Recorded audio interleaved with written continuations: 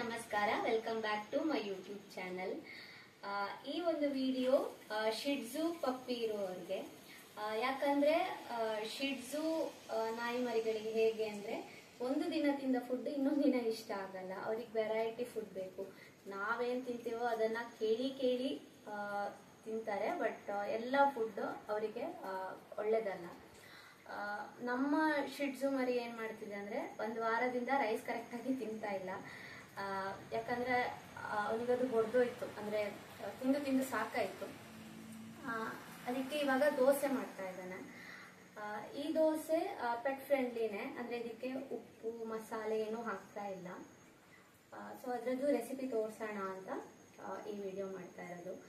ನಿಮ್ಮ ಹತ್ರ ಶಿಡ್ಜು ಮರಿ ಇದ್ರೆ ಖಂಡಿತ ಈ ರೆಸಿಪಿನ ಟ್ರೈ ಮಾಡಿ. ಶಿಡ್ಜು ಅಂತ ಅಲ್ಲ, ಬೇರೆ ಯಾವುದೇ ನಾಯಿ ಮರಿಗಳಿದ್ರು ಕೂಡ ಈ ದೋಸೆನ ಟ್ರೈ ಮಾಡಬಹುದು. ಈ ವಿಡಿಯೋ ಇಷ್ಟ ಆದ್ರೆ ಲೈಕ್ ಮಾಡಿ, ಶೇರ್ ಮಾಡಿ, ಹಾಗೆ ನನ್ನ ಯೂಟ್ಯೂಬ್ ಚಾನಲ್ಗೆ ಸಬ್ಸ್ಕ್ರೈಬ್ ಮಾಡಿ. ಈಗ ಎರಡು ರೀತಿಯ ದೋಸೆ ಮಾಡ್ತಾ ಇದ್ದೇನೆ. ಅಂದ್ರೆ ಹೆಚ್ಚಾಗಿ ಒಂದೇ ರೀತಿಯದ್ದು ಮಾಡ್ಕೊಡೋದು, ಬಟ್ ವಿಡಿಯೋಗೋಸ್ಕರ ಎರಡು ರೀತಿಯದ್ದು ಮಾಡ್ತಾ ಇದ್ದೇನೆ. ಇದು ಓಟ್ಸ್ ಇದ್ದು, ಓಟ್ಸ್ ತಗೊಂಡಿದ್ದೇನೆ, ಒಂದು 2 ಸ್ಪೂನ್ ಆಗುವಷ್ಟು. ಇನ್ನೊಂದು ದೋಸೆ ರಾಗಿಯದ್ದು, ರಾಗಿ. ಫಸ್ಟ್ ಈಗ ರಾಗಿ ದೋಸೆಗೆ ಹಿಟ್ಟು ರೆಡಿ ಮಾಡ್ಕೊಳ್ಳುವ. ನೋಡಿ, ಇದರಲ್ಲಿ ನಾನು ರಾಗಿಗೆ ತರಕಾರಿ ಹಾಕ್ತಾ ಇದ್ದೇನೆ, ಅಂದರೆ ಮುಳ್ಳು ಸೌತೆ ಮತ್ತು ಕ್ಯಾರೆಟ್. ಇದು ನಾನು ತೋರಿಸ್ಲಿಕ್ಕೋಸ್ಕರ ಇಟ್ಟಿರೋದು ಅಷ್ಟೇ. ಇವಾಗ ಈ ರಾಗಿ ಹುಡಿಗೆ ಮುಳ್ಳು ಸೌತೆ ಮತ್ತು ಕ್ಯಾರೆಟ್ ಹಾಕ್ಕೊಳ್ತಾ ಇದ್ದಾನೆ. ಇವಾಗ ನಾನು ಇದನ್ನು ಮಿಕ್ಸ್ ಮಾಡ್ಕೊಳ್ತೇನೆ. ಅಲ್ಲಿ ನೋಡಿ ನಮ್ಮ ಓರಿಯೋ ಯಾವ ರೀತಿ ವೇಟ್ ಮಾಡ್ತಾ ಇದ್ದಾನೆ ಅಂತ.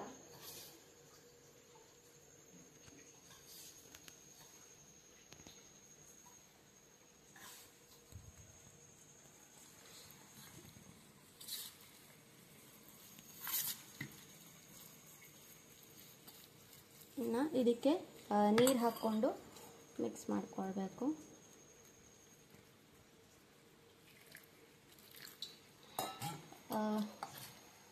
ಇದಕ್ಕಿನ್ನು ಬೇರೆ ಮಸಾಲೆ ಏನೂ ಹಾಕೋದಿಲ್ಲ, ಉಪ್ಪು ಹಾಕಲಿಕ್ಕಿಲ್ಲ, ಜಸ್ಟ್ ಇಷ್ಟೇ. ಇಷ್ಟು ತರಕಾರಿ ಬೇಡ ಅಂದರೆ ಸ್ವಲ್ಪ ಕಡಿಮೆ ಹಾಕ್ಕೊಳ್ಬೋದು. ಬರೀ ರಾಗಿಯಲ್ಲೇ ದೋಸೆ ಮಾಡ್ಬೋದು. ರಾಗಿ ನಾಯಿಗಳಿಗೆ ತುಂಬ ಒಳ್ಳೆಯದು. ನಾವು ಓರಿಯೋ ಸಣ್ಣ ಇದ್ದಾಗ ಅವನಿಗೆ ರಾಗಿ ಮಣ್ಣಿನ ಕೊಡ್ತಿದ್ದಿದ್ದು, ತುಂಬ ಒಳ್ಳೆಯದು ಹೆಲ್ತಿಗೆ. ರಾಗಿ ದೋಸೆದು ಹಿಟ್ಟು ರೆಡಿ ಆಯಿತು. ಇವಾಗ ಓಟ್ಸ್ ಮತ್ತು ಬನಾನಾ ದೋಸೆಯದ್ದು ಹಿಟ್ಟು ರೆಡಿ ಮಾಡ್ಕೊಳ್ಬೇಕು. ಬಾಳೆಹಣ್ಣು ಸಿಪ್ಪೆ ತಕ್ಕೊಳ್ತಾ ಇದ್ದಾನೆ.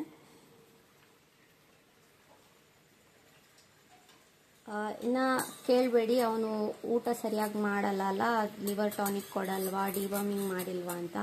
ಎಲ್ಲನೂ ಕರೆಕ್ಟಾಗಿ ಮಾಡಿದ್ದೇವೆ. ಲಿವರ್ ಟಾನಿಕ್ಕು ಡೈಲಿ ಕೊಡ್ತಾ ಇದ್ದೇವೆ. ಅವ್ರ ಶಿಡ್ಜುಗಳು ಹಾಗೇನೆ, ತಿಂದಿದ್ದೇ ಫುಡ್ ಇಷ್ಟಪಡಲ್ಲ, ಹಾಗೆ ಸ್ವಲ್ಪನೇ ಕ್ವಾಂಟಿಟಿ ತಿನ್ನೋದು.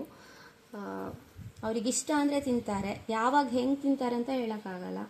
ಒಂದೊಂದು ಸತಿ ಡಬ್ಬಲ್ ಊಟ ಮಾಡ್ತಾರೆ, ಒಂದೊಂದು ಸತಿ ಏನೂ ತಿನ್ನಲ್ಲ, ಎಷ್ಟು ದಿನ ಬೇಕಿದ್ರೂ ಉಪವಾಸ ಇರ್ತಾರೆ.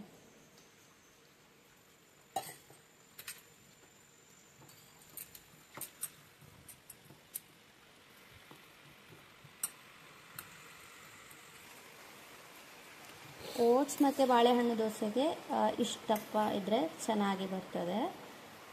ಹಾಗೆ ರಾಗಿ ದೋಸೆಗೆ ಈ ರೀತಿ ಮಾಡ್ಕೊಂಡಿದ್ದೇನೆ. ಸ್ವಲ್ಪ ತೆಳು ಬೇಕಿದ್ರೂ ಮಾಡ್ಕೊಳ್ಬೋದು, ಇಲ್ಲಾಂದರೆ ಇದಕ್ಕೆ ಬಾಳೆಹಣ್ಣು ಬೇಕಿದ್ರೆ ಜಾಸ್ತಿ ಹಾಕ್ಕೊಳ್ಬೋದು, 1 ಅಥವಾ 2. ನಾನಿವಾಗ ಒಂದಷ್ಟೇ ಹಾಕಿರೋದು. ಇವಾಗ ತವ ಬಿಸಿ ಆಗಕ್ಕಿಡೋಣ. ಇನ್ನೊಂದೇನೆಂದರೆ, ಅವನು ಇತ್ತೀಚೆಗೆ ಒಂದು 3-4 ಡೇಸಿಂದ ಜಾಸ್ತಿನೇ ಊಟ ಎಲ್ಲ ಬಿಟ್ಟಿದ್ದಾನೆ. ಯಾಕಂದರೆ ಗ್ರೂಮಿಂಗ್ ಮಾಡಿದ್ವಿ ಒಂದು 3-4 ಡೇಸ್ ಬ್ಯಾಕ್. ಅವರಿಗೆ ಶಿಡ್ಜುಗಳಿಗೆ ಹೇರ್ ಅಂದರೆ ತುಂಬ ಇಷ್ಟ, ತುಂಬ ಇಷ್ಟಪಡ್ತಾರೆ. ಸ್ವಲ್ಪ ಹೇರ್ ಕಟ್ ಮಾಡಿದ್ರು ಕೂಡ ಒಂಥರ ಡಿಪ್ರೆಷನ್ ರೀತಿ ಇರ್ತಾರೆ. ಫಸ್ಟು ರಾಗಿ ವೆಜಿಟೇಬಲ್ ದೋಸೆ ಮಾಡ್ತಾ ಇದ್ದಾನೆ. ಇದು ನಾನ್ ಸ್ಟಿಕ್ ತವಾಗಿರೋದ್ರಿಂದ ನಾನು ಎಣ್ಣೆ ಏನು ಹಾಕ್ತಾ ಇಲ್ಲ.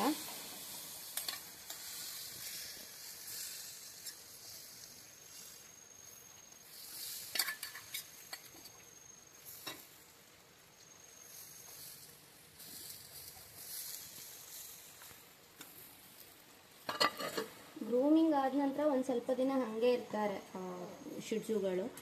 ಒಂದು ಸ್ವಲ್ಪ ಟೈಮ್ ತೊಗೊಳ್ತಿದೆ. ಲಾಸ್ಟ್ ಟೈಮ್ 0 ಕಟ್ ಮಾಡಿದಾಗ ಅಂತೂ ಒಂದು 1 to 2 ವೀಕ್ಸ್ ತೊಗೊಂಡಿಲ್ಲ ಕರೆಕ್ಟ್ ಆಗಲಿಕ್ಕೆ.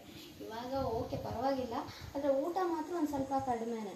ಲಿವರ್ ಟಾನಿಕ್, ಡಿವಾರ್ಮಿಂಗ್ ಎಲ್ಲ 10 to 10 ಮಾಡ್ತಾ ಇದ್ದಾರೆ. ಅವರು ಹಾಗೇನೆ ಶಿಡ್ಜುಗಳು ಏನು ಮಾಡೋಕ್ಕಾಗಲ್ಲ. ರೈಸ್ ಅಂದರೆ ಅಷ್ಟಕ್ಕಷ್ಟೇ ನಮಗೆ. ಈಗ ದೋಸೆ ಆಲ್ಮೋಸ್ಟ್ ಆಗಿದೆ. ಇದನ್ನ ತಿರುಗಿಸಿ ಹಾಕಬೇಕು.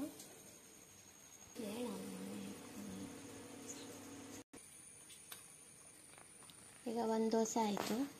ಬಾಳೆಹಣ್ಣು ಓಟ್ಸ್ ದೋಸೆ ಮಾಡ್ತೇವೆ.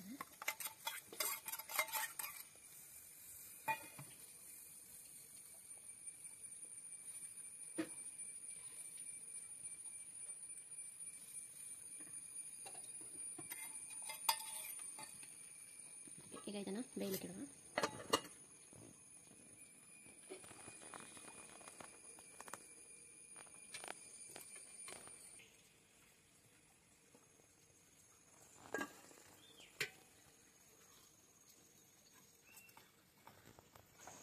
ನೋಡಿ ಈಗ ಸೈಡ್ ಆಗಿದೆ.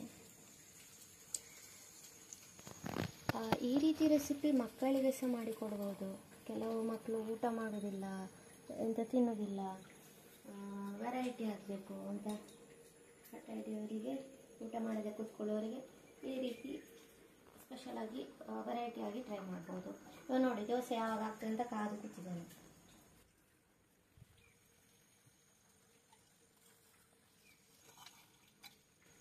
ಆಗಿದೆ.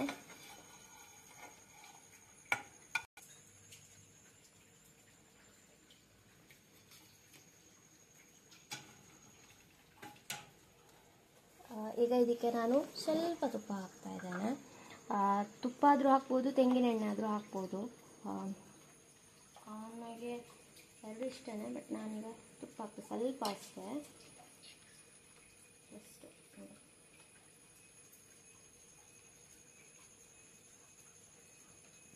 ಇನ್ನು ಕೇಳಬೇಡಿ ಏನು ತುಪ್ಪದ ಸ್ಪೂನನ್ನು ನಾಯಿಯ ದೋಸೆಗೆಲ್ಲ ಟಚ್ ಮಾಡ್ತಾ ಇದ್ದೀರಾ ಅಂತ. ಹಾಗೇನಿಲ್ಲ, ಇದು ನಮ್ಮದೇ ಪ್ಲೇಟು, ಅವನ ಬೌಲಿಗೆ ಇನ್ನೂ ಹಾಕಲಿಲ್ಲ. ಆ್ಯಂಡ್ ಇದಕ್ಕೆ ರಾಗಿ ಹುಡಿ, ಓಟ್ಸು, ವೆಜಿಟೇಬಲ್ಸ್ ಅಷ್ಟೇ ಹಾಕಿರೋದು, ಬೇರೇನೂ ಹಾಕಿಲ್ಲ. ಸೊ ಈ ರೀತಿ ಹಾಕಿದರೆ ಏನೂ ಪ್ರಾಬ್ಲಮ್ ಇಲ್ಲ. ಈ ಎರಡು ದೋಸೆಯಲ್ಲಿ ಓರಿಯೋ ಇಷ್ಟಪಟ್ಟು ತಿನ್ನೋದು ಅಂದರೆ ಇದು ಬಾಳೆಹಣ್ಣು ಓಟ್ಸ್ ದೋಸೆ. ಇದು ನೆಕ್ಸ್ಟ್ ಇದಿಲ್ಲ ಅಂದರೆ ಇದನ್ನೇ ಇಷ್ಟಪಟ್ಟು ತಿಂತಾನೆ. ಯಾಕಂದರೆ ಅವನಿಗೆ ಬಾಳೆಹಣ್ಣು ಅಂದರೆ ತುಂಬ ಇಷ್ಟ. ಸೊ ಅವನು ಇದನ್ನೇ ಇಷ್ಟಪಟ್ಟು ತಿನ್ನೋದು.